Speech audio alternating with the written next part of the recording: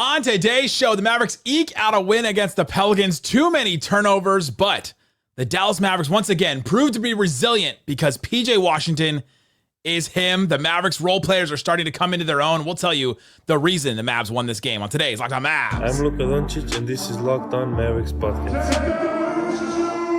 If you don't believe, you shouldn't be here. We have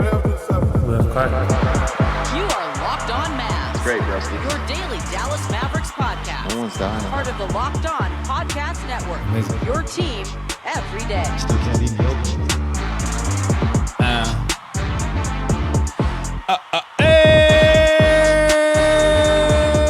Let it ride. Just a little bit.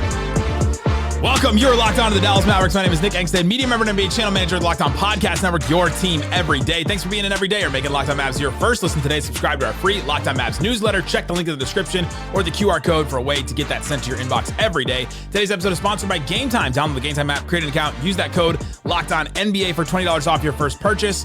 And joining me, as always, on a post game for the great Slightly Biased YouTube channel, the Post Game Prodigy. What you got for me, Slightly Biased? 4-3 in their last 7 games. Hold on a second. Okay. Hold on a second. Demons coming home soon, too. Staying afloat. Staying afloat. That's all you can ask. Today's episode, we'll talk about the Mavs win against the Pelicans. A 1-point win. A 1-point win, but you'll take it. A win is a win. Oh, yeah. Many mistakes. We'll talk about some of the bad decisions, turnovers, but we'll also talk about some of the clutch plays and moments from Quentin Grimes, from Kessler Edwards. Had a couple of big moments. We'll talk about Klay Thompson continuing some of his big moments and big play. But let's start here slightly. The Mavs had 19 team turnovers, turned into 27 Pelicans points. The Pelicans shot 15 of 31 from three, 48% from three there. They also had 19 free throws, the Pelicans did. And the Dallas Mavericks turned in a win in this one because of their size and the trade deadline boys from the 2024 trade deadline boys, PJ Washington and Daniel Gafford, took advantage of their size in ways that the Mavericks couldn't in the past. Mavericks teams in the past didn't have the size to win games like this. Yep. You would be throwing out, they're injured, so we can throw them under the bus, I guess, because they weren't in this game. You would be throwing out Maxi Kleber and Dwight, and you just say, all right, we're going to switch, and we're going to take a ton of threes, and if we don't make as many threes, or if we don't make enough threes, we don't win games. Even with Luka, it felt like that at many points in this. Yeah. In this Luka era, in this next stretch of Dallas Mavericks play. But this one, you get 14 boards from PJ Washington, 4 offensive. You get 12 boards from Daniel Gafford, 5 offensive for him. The Mavs get 32 second chance points off 16 offensive rebounds. And that offset all the other things the Pelicans were able to do that the Mavericks were big mistakes from them, but it was able to offset it. Yeah, I mean, they use their size in ways I would know nothing about. And, sometimes I play soft in basketball. But if you turn the ball over 18 times and give up that many points off turnovers like the Mavs did, to turn the ball over 18 times, you still took 96 shots. The Pelicans took 96 shots. Like you said, the rebounding, the offensive rebounding, I don't get it. I'm just making sorry. Sorry. Like 6'2", sometimes you can play against bigger guys. That's right. No, you're right. No, yesterday, Nick and I played basketball. Last night we didn't win a single game. It was tough. It was tough. We had one game where it was all 6-foot guys. They're all the tall guys. And we're like, oh, we have no guards on this team. Nick before the game started goes, we got all the size. I was like, I don't think this is a good thing here. I don't like doing this. Sometimes size matters slightly, and sometimes it doesn't. That's true. But yeah, I mean, 96 shots for each team. And, you look at the numbers and it's like, how did the Mavs not win this game by 20 points? Like they shot nearly 50% from three on 43 attempts and, 16 offensive rebounds and 30 plus second chance points. 18 turnovers and the Pelicans just feasted off of those. That's exactly how. But still, I think a really nice win. And Gafford and PJ continue the trade deadline boys. They continue their unbelievable play. They've just transformed this team. Like they are culture. That was a culture-setting move from Nico Harrison last year to get both those guys. And it's great that they're both healthy. That's honestly one of the biggest reasons why they've changed culture so much. Is they just stay available. And the Mavericks are dealing with a bunch of injuries. Obviously, Luka out in this game. Lively still out in this game. You had Dante Exum, who may come back soon. We'll talk about him maybe a little bit. But Maxey out, Dwight out. And they needed those two guys. They needed PJ and Gafford to be big. And Gafford continues his great play. But PJ, 25 points, 14 boards, 8 assists. He had 5 turnovers. 4 of them were in the first half. So the second half, he really tightened it up, made a bunch of threes in the second half too, and honestly, like, did everything. He did everything. We'll talk about him defending Zion because that's a different story, but he gave the Mavericks so much tonight. Yeah, and he was actually kind of just representative of how this game went for the Mavs in general, where it's like he turned the ball over a ton. But like you watched him and it was like he's playing well. He has 5 turnovers in the first half or whatever it was. His shooting numbers aren't great, but he's playing good. Like everything else looks good. And that's how it was for the Mavs in the first half. Tons of turnovers, but all the other stuff looked really solid. It's just turnovers are such a big deal in the league. When you turn the ball over a bunch, it's difficult to win those games. But yeah, I mean, PJ, especially in the fourth quarter, man, big threes, didn't hesitate. That's what I love. If PJ misses a 3 and he just catches and shoots, I'm 100% cool with that. I'm cool with that with anyone on the roster. So we talk about Max, Kessler, Edwards, the thing. I would rather you miss the wide open 3 than catch it, try to attack a closeout that's not really there. The defense doesn't rotate. Now spacing's all wonky. Like we saw that a couple times in this game as well. Man, PJ was tremendous. I mean, he's so good. 8 assists, career high. Career high for him. 8 assists, but just made the right plays, right? And just when I say gave the Mavericks so much, he filled up the box score, obviously, but just gave them the right plays in the right moments. He's a connector. He's the Mavs glue. Yeah. He's a glue guy. In so many different ways, because he can do a whole bunch of different things where you have Kyrie, who we haven't even really mentioned yet, but 25 points, 9 boards, 6 assists, only 2 turnovers is like, a yawn game for him because it's normal, but he hits tough buckets. He scores when they need him to. And then you have the swing guys that are PJ and Gafford, right? Because we expect that. Kyrie is a 100% player. He's going to give you that 100% of the time. You know what you're going to get from him, and they got it in this game. Played 39 minutes, looked like he was holding his right leg coming out of that loose ball thing too, that he was on the ground and he was under the whole pile, and then he went out and it seemed like he came back. That was the end of the third quarter. He came back and played the rest of the game. But so Kyrie, a tough, gutsy game, gave him exactly what Kyrie gives him. And then the swing players of PJ, who we mentioned, and Gafford, 22 points, 12 boards, 3 assists, should have been 5 blocks. They took a block away from him at one point in this because he only finished with 4 officially. But 9 of 9 from the field, 4 of 4 from the free throw line. Like, he just continues his incredible play. And if you go back 8 games, he's averaging 18 points on 69% from the field, 9.6 rebounds, 2 assists, and 3 blocks. And the Mavs were 3 and 5 in those games, but he's been incredible in that stretch. Yeah, I mean, this was with no Derek Lively. This is exactly what you needed him to do. We talked about it on the show the moment we found out Derek Lively was going out. And it's just offensively, it just feels you give him the ball. This was the Gafford of last year whenever he had that crazy stretch where he couldn't miss a shot. Give him the ball down low. He's got a size mismatch, quick little bump into a jump hook. Like, it just feels automatic at this point. And then it's also the energy and the effort on the glass as well. That's difficult, man. That's difficult, especially when, he's starting now, obviously, with Derek Lively out, but especially when he's like coming off the bench and playing bench bigs. Just having a guy that size, that strength, that motor on the offensive glass is just so difficult to match up against. And when you give your team that many second chance opportunities, and Gafford was great tonight. It wasn't just him though. PJ was great on the offensive boards. Kyrie had 5 offensive rebounds in this game. I mean, sometimes that's just long rebounds and stuff, but it's intelligence. It's smart. It's being in the right spot. It's aura. It's everything. It is. It's aura. It's that's what we call him, power forward. He's like a power forward. Kyrie Irving. He said that us at media day. He's a power forward. He said that. He said, I think that I'm a 4 sometimes. He plays like it. He wants to do, but one of the things that Kyrie did want to do is do the little things and do extra stuff that other stars don't do necessarily, and not just only be known for his scoring. And so, I mean, that showed up in this game with those rebounds and the assists and the playmaking and all that for him. Yeah, great game from those guys. That's the way the Mavericks won, is those second chance points between PJ, Gafford, honestly, Kyrie too. Between the 3 of them, they had 14 of the 16 offensive rebounds. Yep. That's it. That's huge. Massive. Absolutely massive. Coming up, let's walk through how the Mavericks won this game, because there was a moment I was worried about this game, and then something happened. We'll talk about that and more coming up. I don't believe you shouldn't be here. Today's episode of Locked On Mavs is brought to you by TurboTax. We're at that point we're at that point in the year where you got to start thinking about it. There's a message from our sponsor, Intuit TurboTax. Taxes was waiting and wondering and worrying if you were going to get any money back. Then waiting, wondering, worrying about some more. Now Taxes is watching with a TurboTax expert who could do your taxes as soon as today. So your taxes don't have to just sit and wait anymore. They can do it for you. An expert who gives you your taxes their undivided attention as they work on your return while you get real-time updates on their progress so you can focus on your day. An expert who will find every deduction possible and file every form, every investment, everything with 100% accuracy. That's the part. If you do it yourself, you're just like, I don't know if I did this right.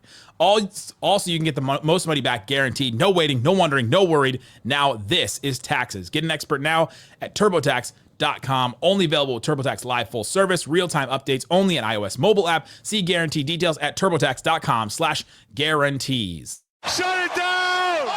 Let's go home! Thanks for hanging out with us on Locked On Mavs, being part of the show, part of the Raccoon Squad, listening every day. We appreciate each and every one of you for checking out the show. Check the QR code or the links in the description for different ways to follow the show. We've got the newsletter that you can subscribe to. Go to your inbox. We've got the Locked On Mavs text line where you can get texts from me and Isaac. Just subscribe to that. And you can get texts from me and Isaac on game days. Isaac answered a bunch of questions today. So if you've got a question you've ever wanted to ask us, that's the way to do it. All right, Slightly. This game, the Mavs, it was a game of runs for the entire game. This is a classic one of those games of runs where it felt like the Pelicans started off on a quick 6-0, 7-0 run.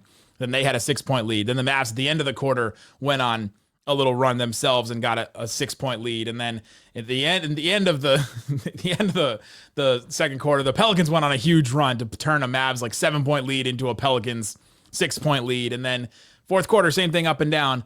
And the Mavs were up by 10, their biggest lead. And then the Pelicans cut it to 4 at a certain point, 3 at a certain point, 3:35 left after that challenge. Zion drove into the lane, looked like Gafford got a block on him, but I thought he hit him in the face, and I was like, ooh, if they challenge us, I don't think the Mavericks are going to get it. That's exactly what it turned into. Turned into Gafford's 5th foul. It was a 3-point game, and it had been a 10-point game with 6:33 left, and the Mavs just kind of soiled that lead basically at the end. And I'm not gonna lie, I was a little bit worried at that point. Yeah, I mean, I think fair reason to be concerned because realistically, the Mavs had no answer for Zion tonight. Yeah. So it sort of felt like the Pelicans were going to get a good look or a bucket every single possession down the stretch of the game, which meant the Mavs had to answer with buckets on their own. And to their credit, they did. I mean, they hit 3 after 3. And yeah, it did get a little bit dicey there down the stretch. But like you said, this was a crazy game of runs. I mean, there were so many, it felt like. No lead felt safe at all. No. And, there were 17 lead changes in this game. 17 lead changes. And then crazy, really quick runs. There was the Pelicans went on a, I think 8-0 run in 40 seconds that erased the Mavs 7-point lead, just like that. Sometimes it just happens, especially when you turn the ball over a bunch, you open yourself up to runs like that. So the Mavs pull it out is all that matters in the end, really. That's right. And here's how they did it. 3:35 left. They challenge it. They're successful. Zion hits the 2 free throws. It's a 3-point game, 122 to 119. Right after that, you get Kyrie doubled, throws over to PJ, 3. Just like you said before, PJ didn't worry about missing some threes in the first half. He didn't worry about the turnovers he had in the first half. He was locked in, confident, hit that 3. That was massive. That made it a 6-point game. And then you get Kessler Edwards, who's in the game to close this game out, which surprised me. And I saw a couple people mention it. Kessler, with 5:55 left in the game, checked in for Klay Thompson. It wasn't Grimes. It was Kessler that came in. Eventually, Grimes came in towards the end. But Kessler gets a huge block on the rim of Yves Missi. That was a massive play.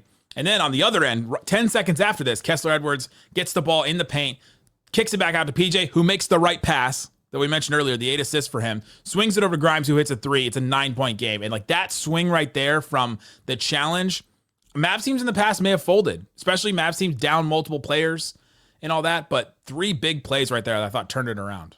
Yeah, that Kessler block. I mean, that was the Mavs I thought did a great job protecting the rim in this game. I mean, Zion did Zion things, and he's unguardable. He really is when he gets going downhill. He's such a good finisher.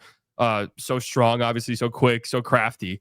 But the Pelicans shot 58% as a team at the rim. I mean, that's bad. That's not a good number at the rim. That's 23rd percentile overall. So, I think they did a good job. Gafford, the refs were allowing quite a bit, to be honest with you. I thought it was very physical, which helped out the Mavs in this one. But yeah, interesting decision to close out with Kessler Edwards. But like you said, he made the right pass right there.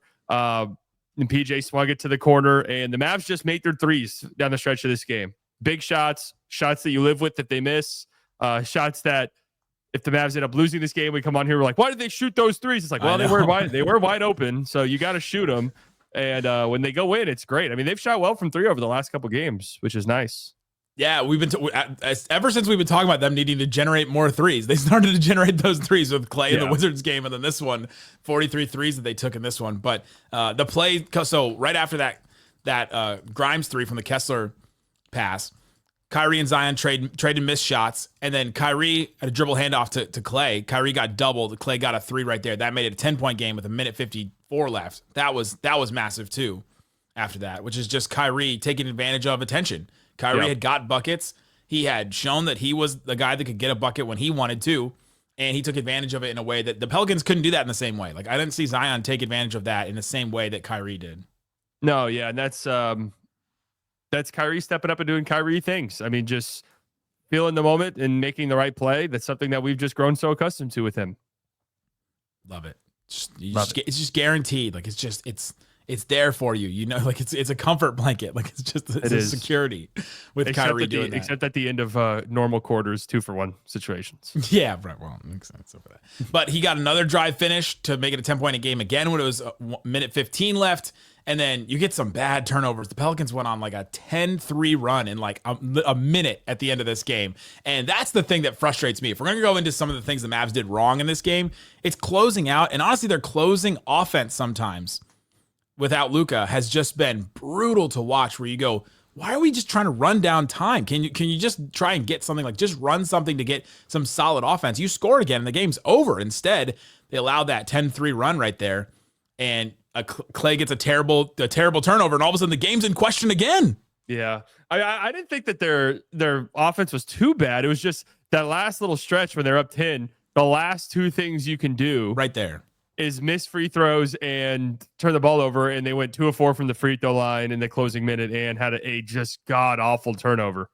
So that's, that was it. And then the Pelicans, of course, DeJounte Murray, man, I want you guys to go. if you've only watched Mavs games and that's it, you're like, man, DeJounte is playing like an all-star this year. No. That's just when the Mavericks walk in the building. Well, he shot 53%, Zion 61%, and Trey Murphy 77%. It's like, yeah, Mavs defense was not the story of the game. No, it was not. No, they tried in moments. Okay, so they couldn't guard Zion. PJ just couldn't stay in front of it. This is where they really missed Maxey. Yeah, because Zion's such a tough cover, though. To be fair, Maxey had been the Mavs' best answer, or at least the best option against Zion in the past. But PJ tried to stay in front of him, and then he just eventually just tried to funnel him into Gafford, which worked several times eventually. But man, that was just tough. Yeah, I mean that's really the strat against Zion, is he's gonna get to his spot. Like he's that big, that athletic. It's really difficult to wall him off entirely by yourself. So you just have to make sure help's ready. And I thought the Mavs did a pretty decent job. I mean, he 29 points. He's on a minute restriction, 28 minutes. This game probably looks much different if Zion's playing 30 plus minutes, but this is the Pelicans' form of keeping him healthy, but also kind of soft tanking. This is not, the Mavs obviously lost to this team a week or two ago. This is not, they're better than their record indicates. They've been playing better basketball lately, the Pelicans have. And when Zion's playing and Trey Murphy's playing, and they're a tough team. They're too good to be tanking. So that's why they're in this kind of weird spot right now, where it's like, what do you do the rest of the season? Because you're not making the play-in tournament more likely than not. But that's another conversation. But yeah, I mean, they had some nice plays on Zion. You just do the best you can. Trey Murphy was just red hot. They're 12 and a half games out of the play-in. Yeah, I mean, they're not. It's just done, right? Like season is done. Yeah, there's no way. There's literally no way. I think I was reading somewhere that they'd have to basically play it an 80% winning percentage the rest of the way. Yes, you just play like the 2017 Warriors, right? You play like how the Thunder have played up until this point to close out the season, and that's like your chance at making the 10 seed. Man, tough. Your season goes down quick, man. It does. I guess quick. We're halfway through the season. You'd think that teams would be already eliminated at this point, but yeah, the Wizards have to be eliminated, right? There's still a chance. Oh, that's out of the first place. I thought that was 31 and a half games out of the 10 seed. I was like, there's no way. 31 and a half games out of first. No, they're let's do some quick math here. They're 23 games out of 10th. Jeez, man. How is that even possible? They're 23 games. They've won 6 games. They're 23 games out. That is shocking, man. Can't even match the number. That is just so bad. Oh my God, that's so bad. So after the Klay turnover, Dinwiddie gets fouled. He makes 1 of 2 at the line, and then you get another Quentin Grimes stop. I think Follow or Devin Harris brought it up in the broadcast. Felt just like the Thunder stop from a couple games ago. Quentin Grimes on Trey Murphy. And Trey Murphy, we mentioned, shot 77%. He had been kind of unguardable at certain points and been elusive for the Mavs. Grimes stays in front of him, gets a good stop on him, and then he has to swing it over to CJ McCollum. And then Kessler Edwards gets a good contest on the CJ3, goes off the side of the backboard, and Mavs win the game. Yep. I mean, just don't foul there. We've talked about before in that moment of 4 with 10 or so seconds left. Does it make sense to intentionally foul to try and prevent it from being a 3? That's a conversation that's had in analytics circles. But yeah, the last thing you want to do there is foul a shooter. So they did a great job. Grimes really did a great job. That was great defense on Trey Murphy. I mentioned before the game, I texted out to the Locked On Mavs insiders on the text line. I said, I'm interested to see with DeJounte Murray, as soon as we knew he was going to play, he was probable, but I thought he was going to play. I would want to see Kid just put Grimes in to just stay on DeJounte Murray and just shadow his minutes and just see how it goes. Because Grimes has been the best guard defender on the team, and I just wanted to see him on him more. And we saw Grimes in another big moment make another big defensive play, which was absolutely massive, and I love seeing that from Grimes. My guy, Grimes. Your guy. Coming up, let's get into some other things. Let's talk about Kessler Edwards' game a little bit more and how Kid was trusting Kessler Edwards in this one. We also talk about Klay had another good offensive night despite that one turnover late that we've been harping on. We'll get into that and more coming up. If you don't believe, you shouldn't be here. Today's episode of Locked On Mavs brought to you by Game Time. Game Time is a new feature called Game Time Picks. It makes getting tickets for events even easier. It filters out the fluff, so all the stuff that you don't really want to see. Shows you only incredible deals on great seats, so you don't have to waste time searching for thousands of tickets. Or maybe you're like, I want to do something on Saturday, and I don't really know what to do. Just go to Game Time, and they'll say, hey, here's a good deal on a ticket that's coming up on that day. They've got tickets for Stars games. They got tickets for the Kendrick Lamar concert coming in April. Tyler, the Creator. They've got 9 Inch Nails coming to Fort Worth. They've got all kinds of different stuff that you can go see. It's not just sports, it's concerts as well too. Or maybe oh my gosh.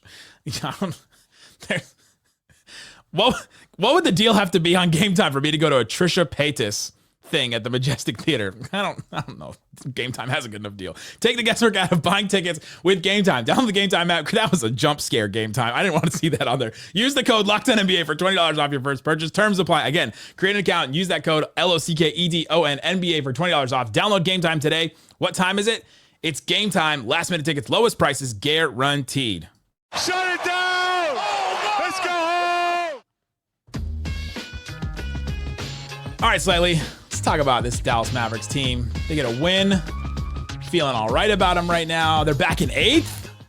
All right. Moving up. Back in 8th. 26 and 22. They're 4 games over 500. And Luka returning is looming. Luka returning does seem to be looming. And this is kind of, I mean, I think we would have taken this. Would you think? I mean, yes. People had very high expectations for what the Mavs were going to do over this month stretch. Not I, though. Not with their schedule. No, people had high expectations. Like, there was people who were like 500 is the floor for this team over this stretch. I was like, no. The floor is hell, buddy. Which we were in briefly. We were in it. We were down bad. Really yeah, bad. We were. That was not a great Christmas. I'm not gonna lie. Luka going down, the Mavs losing to the Timberwolves like that it's not a man. Did not enjoy that. I mean, I know Jesus was born. Like I get it, but right. Our Jesus was taken away from us. That's exactly right. They went 7-11 since Christmas so far. Really? Yeah. I would have guessed like 4-14 is just like what they were, but like. they won 3 out of their last 4 right now. Yeah. Okay. Hey, you know what? That's really not bad. With a chance to improve on that throughout this road trip. That's right. You got Detroit on Friday. You have Cleveland on Sunday. That I don't think team that might the Detroit team might be dealing with some suspensions. So just keep an eye on that. Ooh, yeah, good call. Then a Sixers team that is all over the place. Embiid then might Boston. play that game. From what it Then sounds Boston. like, So the Cleveland, Boston. If you can go 2-2 in this next stretch, you're feeling really good. But I'm thinking 1-3, but we'll see. 2-2 would be nice. And you're doing this. You're 7-11 in this stretch because you've gotten some guys that you didn't expect to give you contributions. And I think Kessler Edwards is a great example of that. He wasn't playing at all, like literally wasn't playing at all. I think we laughed when he got his first quarter minutes recently. Yeah. A couple weeks ago, we're like, oh, Kessler Edwards, first quarter minutes. Then he started a game. He got 15 minutes in this one, and just had a couple points, 3 boards, 2 assists, had a block that block on Yves Misi we talked about, but played in closing minutes because Naji Marshall's on a minutes restriction, and to get a guy like that and to have him play some crucial minutes for you, I thought was huge. Yeah, I mean he's good defensively. He's athletic. Yeah. He moves his feet really well. He's a good defender, and it kind of makes me wonder. Obviously the Mavs are dealing with so many different injuries and stuff like that. But unless they make a trade, I kind of wonder if he's like a kid. He is like a kid guy. Like one of these guys he played more than Omax. Might sneaky find himself in the rotation, getting minutes even when guys are back. And you're like, well, Kessler's got 12 minutes tonight. Like Dante Exum last year, where all of a sudden we're like, oh, Exum just came back from Europe. People forget.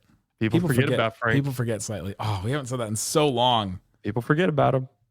What's he? I wonder what he's up to. I wonder how he's doing overseas. I hope he's doing the best. Really? Me too. I don't have the drop anymore. That's sad. That's sad that I don't have the drop anymore. Phased out. I used it so much. Phased out of the rotation. I have to apologize that I don't have the drop anymore for Frank Ntilikina. Yeah, Kessler Edwards getting some contribution. We mentioned Naji Marshall. He played 50 minutes. He was on a minutes restriction because he's coming back, but he's back. Missed 4 games with illness, and he's back again. Hit a 3, had a couple of assists. Good to have him back. Like I'm not going to take too much out of this game because it's his first one back, but it felt good to have him back. Yeah, hit a 3, hit a floater. That's it. That's all I want to see. Got 2 feet in the paint a couple times, kicked out. That's all I need to see. We're good. What do you take from Hardy playing 6 minutes, hitting 2 threes, and then he played 6 minutes? That was it. We didn't see him the rest of the game. I don't think he was particularly great in those 6 minutes. Had a couple of plays that I don't think an NBA coach is very fond of. Turnover. That's been the Hardy experience. A near turnover that the Mavs looked out on a little bit. So that's probably what. He's averaging a point a minute, though. So true. Per 36 numbers love him. But that's why you can't about Klay. Oh, I'm glad you brought that up because I meant to. I teased it. Klay Thompson, 6 of 11 from 3, 20 points. He had that 1 turnover we mentioned, but the Mavs were running plays to get him open, and they were looking to get him open, and Klay was looking to take shots, and I felt like I thought that was a big point in this game. I'm glad you brought him back up. Klay getting 11 threes, that's the number I care about more than anything, honestly. Even if you went 2 of 11, I would still be like, all right, you live with that with Klay. You know he's going to make those a lot of the times, and him making 6 of them is just the icing on top of the cake. And really, I mean, sometimes there are games where it's like they just can't get Klay going, and he's kind of forcing shots just because he has to. I mean, all of his threes tonight felt good. There might have been 1 or 2 just tough threes, which you're going to get, I feel like, every game with Klay because that's who he is. But I thought they did a good job tonight, and it's just, who would have thought just spamming threes is a pretty good strategy in today's NBA. But you know what it does? Like we've talked about his shooting gravity. It's real because you think about there's a 3 he got on an inbound in the first quarter. Like he hit a couple of threes early. He hit one in the first quarter off of an inbound where he gets a back screen. I think from Gafford, and that makes the defense care about a different spot on the floor than normal. Because with Luka and the Mavs, sometimes it's only just north-south. Luka drives, kick out, and you only have to care about like one box on the court. Klay doing that where he can be anywhere on the 3-point line. All of a sudden, you have to care about a different geometric area in the court, and I think that's a convoluted way that I can describe Klay's gravity. Yeah, I mean, sometimes basketball is just geometry and math and attacking angles and all of this stuff. So it's really a geometry lesson here on Locked On. A lesson we did not learn last night as we lost in pickup. Yeah, no, I knew we were in trouble the moment our team took the court. I was like, well, they have all of the best shooters and the best athletes on their team. Your guy Christian cooked us. Yeah, didn't cook me. I did play the best defense on him the night. I agree with that. You're the Kessler Edwards on him. That's true. I played like Kessler first last night. I played like Jaden Hardy. I didn't even make threes. Mavs get a win. You'll take it. You'll take this win against the Pelicans. You'll move forward with it. Yeah. Again, we'll have the game against the Pistons post game. Isaac and I will have an episode tomorrow as well. We're breaking out some more trade stuff because there's all kinds of trade stuff going on in the NBA right now. The De'Aaron Fox stuff is crazy. Interesting. Who would have thought that, guys? Thanks for hanging out with us on Locked On Mavs. We'll have more daily show covering the Dallas Mavericks. Check the QR code, different ways to follow the show. Check out Slightly Biased, great YouTube channel. Guys, thanks so much for hanging out with us on Locked On Mavs. Peace out. Boom. I'm predicting the trade deadline tomorrow. Ooh. Self plug.